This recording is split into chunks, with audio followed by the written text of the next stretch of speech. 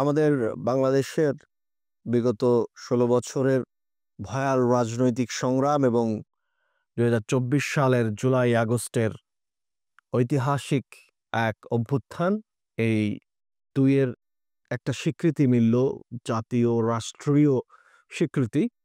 জুলাই জাতীয় সনদ ২০২৫ গতকাল স্বাক্ষরিত হয়েছে। আমাদের জাতীয় জীবনে জুলাই জাতীয় সনদের কতটুকু প্রয়োজন আছে কি নাই এটা নিয়ে বিশদ আলোচনা করার প্রয়োজন আছে। বিশদ আলোচনা হতে পারে। আজকে আমরা নেক্সট বিডির একটা স্পেশাল নিউজ অ্যানালাইসিসে আমরা আলোচনা করার চেষ্টা করব এই জুলাই জাতীয় সনদের ভিতরকার কিছু বিষয়বস্তু। প্রথমে আমরা একটু জেনে নেই যে জুলাই জাতীয় সনদ আসলে কি হয়েছে, কেন হয়েছে, কি হয়েছে। ২০২৪ সালের ৫ই আগস্ট তৎকালীন ফ্যাসিস্ট প্রধানমন্ত্রী শেখ হাসিনা পালিয়ে যাওয়ার পরে ২০২৪ সালের ৮ই আগস্ট অন্তর্বর্তীকালীন সরকার গঠন হয় প্রফেসর ডক্টর মোহাম্মদ ইউনূসের নেতৃত্বে। সেই অন্তর্বর্তীকালীন সরকারের নেতৃত্বে একটি ঐক্যমত কমিশন গঠন করা হয় এবং বেশ কিছু সংস্কার কমিশন, মূলত ৬টি সংস্কার কমিশন এবং পাশাপাশি আরও কিছু সংস্কার কমিশন গঠন করা হয়।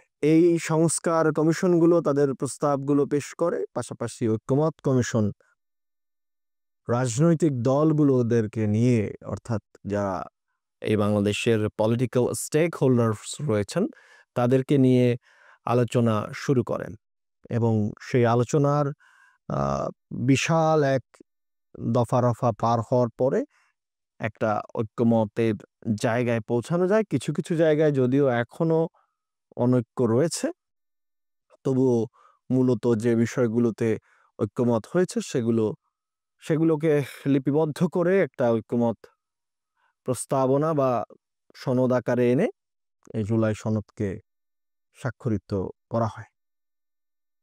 মোট ৬৮ দিনের আলোচনা অনুষ্ঠিত হয় এই ঐক্যমত কমিশনের অধীনে এবং এই ঐক্যমত কমিশনের আলোচনার প্রেক্ষিতে ৪০ পৃষ্ঠার জুলাই সনদ তৈরি করা হয়। ৪০ পৃষ্ঠার জুলাই সনদের মধ্যে ৩টি ধাপ রয়েছে। একটিতে পটভূমি, আরেকটিতে ৮৪ দফা সংস্কার প্রস্তাবনা এবং ৭ দফা অঙ্গীকারনামা। ৮৪ দফা যে সংস্কার প্রস্তাবনা রয়েছে সেখানে একটি ব্যাপার রয়েছে, ৪৭টি প্রস্তাব রয়েছে যেগুলো আসলে সংবিধান সংস্কারের সাথে জড়িত, যে কারণে সেগুলো এখনই করে ফেলা সম্ভব নয় যেহেতু আমাদের সংসদ বিদ্যমান নেই। আর বাকি ৩৭টি প্রস্তাব যেগুলো আইন, অধ্যাদেশ, বিধি কিংবা নির্বাহী আদেশের মাধ্যমে করা সম্ভব, যেগুলো অন্তর্বর্তীকালীন সরকারের পক্ষে করে ফেলা সম্ভব। ৭ দফা যে অঙ্গীকারনামা রয়েছে সেই অঙ্গীকারনামাগুলোতে রাজনৈতিক দলগুলো স্বাক্ষর করেছেন। তারা পরবর্তীতে যাতে ক্ষমতায় এসে এই যে সংস্কার প্রস্তাবগুলো রয়েছে সেগুলো যাতে মেনে নেন, এগুলো নিয়ে যাতে আদালতে এবং সংসদে এগুলোকে আবার এই আইনগুলোকে তারা বাতিল করে না দেন, এই ব্যাপারে তারা সম্মত হয়েই স্বাক্ষর করেছেন। কিছু কিছু বিষয়ে নোট অফ ডিসেন্ট রয়েছে। সেই নোট অফ ডিসেন্ট গুলো নিয়ে আসলে কি হবে, এগুলো নির্বাচনের যে ম্যান্ডেট, সেই ম্যান্ডেটে রাজনৈতিক দলগুলো দিয়ে দেবে এবং তারা সেই ম্যান্ডেট যদি জনগণ পূরণ করে সেই ক্ষেত্রে তারা সেই ম্যান্ডেটগুলো পাশ করতে পারবেন বা সেই আইনগুলো বা বিলগুলো পাশ করতে পারবেন। এটা একটা বিষয় রয়েছে। আরেকটা বিষয় হচ্ছে যে ২৫টি রাজনৈতিক দল এখানে বিদ্যমান ছিল ঐক্যমত কমিশনে। সেখান থেকে ৪টি রাজনৈতিক দল, সিপিবি বা অন্যান্য দল, কিছু কিছু দল সেখানে অংশগ্রহণ করেনি। মোস্ট ইম্পর্টেন্টলি আমাদের ২৪-এর গণঅভ্যুত্থানের যে নেতৃত্বস্থানীয় যে ছাত্র সমন্বয়করা ছিলেন, সেই ছাত্র সমন্বয়কদের দ্বারা গঠিত যে রাজনৈতিক দল ন্যাশনাল সিটিজেন্স পার্টি এনসিপি, তারা এই জুলাই সনদ স্বাক্ষর অনুষ্ঠানে অংশ নেননি এবং তারা এই সনদে স্বাক্ষর করেননি। এনসিপির যে বার্তা ছিল সেটা হচ্ছে আইনি ভিত্তি নেই আসলে তারা মনে করছেন, এবং তাদের যে দাবি সেটা হচ্ছে সংবিধান স্থগিত করে প্রভিশনাল কনস্টিটিউশনাল অর্ডার জারি করে তারা এই দাবিটা করেছিলেন। এই ছিল মোটামুটি আমাদের জুলাই সনদের বিষয়বস্তু। এরপরে জুলাই সনদের ভিতরকার অনেক বিষয় আছে যেগুলো নিয়ে ঐক্যমত হয়েছে। সেই বিষয়গুলো নিয়ে অনেক আলোচনা হবে। আমরা আস্তে আস্তে অনেক কিছুই আপনাদেরকে জানানোর চেষ্টা করব। যে বিষয়টা নিয়ে কথা বলা দরকার একটা জিনিস, সেটা হচ্ছে যে এই জুলাই সনদ স্বাক্ষর অনুষ্ঠানটি হবে না, এরকম একটা জটিলতা তৈরি হয়েছিল। আমরা গতকাল অনুষ্ঠান হওয়ার আগের রাতে আমরা জানতে পেরেছিলাম যে এনসিপি নামক যে রাজনৈতিক দলটি আছে তারা এই সনদ স্বাক্ষর অনুষ্ঠানে যাচ্ছেন না, এবং এমনটাও শোনা গিয়েছিল যে হয়তো জামায়াত ইসলামীও আসছেন না। কিন্তু পরবর্তীতে জামায়াত ইসলামের উপস্থিতি দেখা গেলেও এনসিপিকে আমরা জুলাই সনদ স্বাক্ষর অনুষ্ঠানে পাইনি। পাশাপাশি এই অনুষ্ঠান হওয়ার আগে একটা জটলা তৈরি হয়। সেই জটলায় একটা মোটামুটি ভালোই জটলা তৈরি হয়।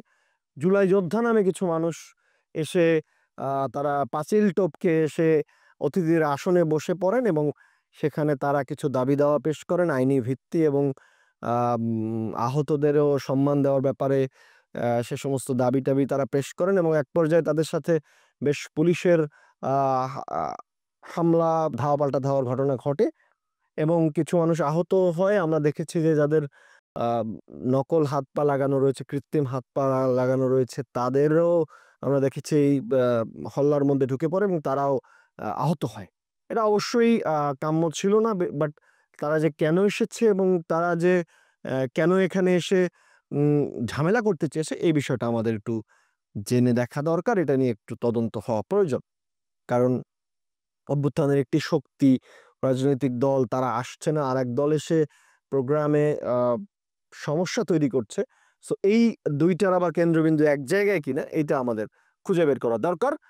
পাশাপাশি জুলাই সনদে যে পরিবর্তনটি আনা হয়েছে যে আহতদেরও সম্মানে আসলে এই জুলাই সনদ ঘোষণা করা হয়েছে, এবং আহতদেরকে যে চিকিৎসা এবং অন্যান্য সুবিধা দেওয়ার ব্যাপারটাও জুলাই সনদে এসেছে। Last but not the least, একদম ইম্পর্টেন্ট একটা টপিক, সেটা হচ্ছে জুলাই সনদ আসলে মানুষের কতটুকু দরকার। এটা নিয়ে অনেক গবেষণা হতে হবে, কারণ অ্যাজ আ নেশন এই জুলাই সনদের অনেক বড় একটা প্রয়োজন আছে, বাট অ্যাজ আ ইন্ডিভিজুয়াল আমাদের যারা দেশের নাগরিক আছি আমরা, আমাদের এই জুলাই সনদ কতটুকু কাজে দেবে এটা আসলে বস্তুগত দর্শনটার জায়গা নেই। কারণ আমরা দেখতে পাচ্ছি না যে জুলাই সনদ হওয়ার পরে আমরা আসলে কি পাচ্ছি। মানে জুলাই সনদ থেকে তো আমরা চাল পাচ্ছি না ডাল পাচ্ছি। জনগণ আসলে এ ধরনের দৃশ্যমান তো কিছু দেখতে পাচ্ছেন।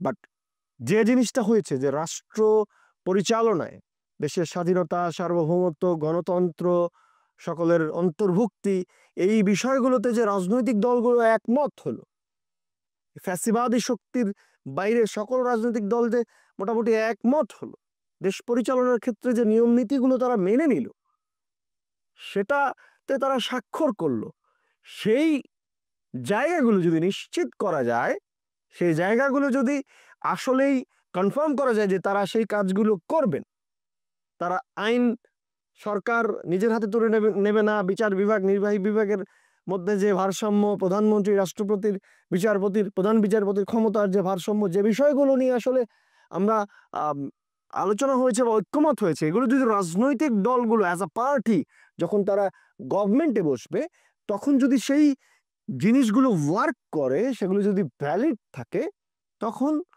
দেশ, রাষ্ট্র, মানুষের অধিকার, মানবাধিকার, মানুষের চাওয়া পাওয়া, মানুষের গণতন্ত্র, কথা বলার স্বাধীনতা, এগুলো মানুষ পাবে।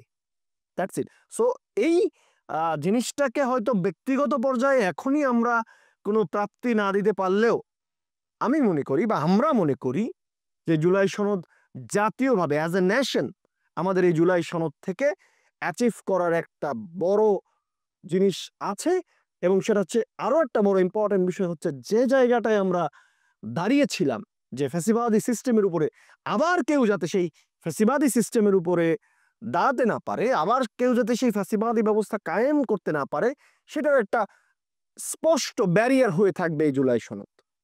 সো জুলাই সনদ শুধু স্বাক্ষরের মধ্যেই না থাকুক, জুলাই সনদ বাস্তবে রূপ নিক এবং যে রাজনৈতিক দলগুলো সেখানে স্বাক্ষর করলেন তারা যাতে রাষ্ট্র ক্ষমতায়, এদের মধ্যেই তো কেউ না কেউ আসবেন, সো তারা যাতে রাষ্ট্র ক্ষমতায় গিয়ে সেগুলোকে আবার অ্যাপ্লাই করে, সেই প্রিন্সিপাল গুলোকে যেন ভুলে না যান, সেগুলোকে যেন অবজ্ঞা না করেন, এটাই হচ্ছে আসলে মূল মেসেজ।